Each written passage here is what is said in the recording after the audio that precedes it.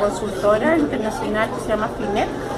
y en este momento me encuentro acá en Lima, Perú, invitada por NSF, especializada en la certificación de distintos temas en la industria, distintos esquemas, y además tiene un área de training muy importante, y dentro del área de training ellos tuvieron la iniciativa de organizar este curso, explicar un poco lo que es la nueva ley de modernización de los alimentos de los Estados Unidos, por sus siglas en inglés FSMA, Food Safety Modernization Act, donde tiene 7 componentes principales o reglamentos, y estos empiezan a ya aplicarse a partir de septiembre de este año.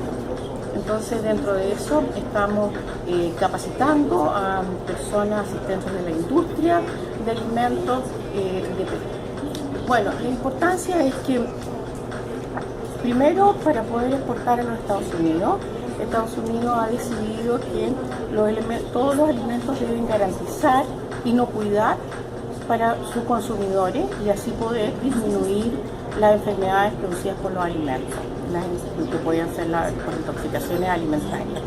Entonces, como país, Perú, como país exportador, al igual que los otros países de la región, vamos a tener que cumplir una serie de exigencias, que si bien es cierto, algunas ya las cumplimos, pero esta nueva ley es aún más exigente. Entonces la importancia es justamente para los profesionales que trabajan en la industria del alimento.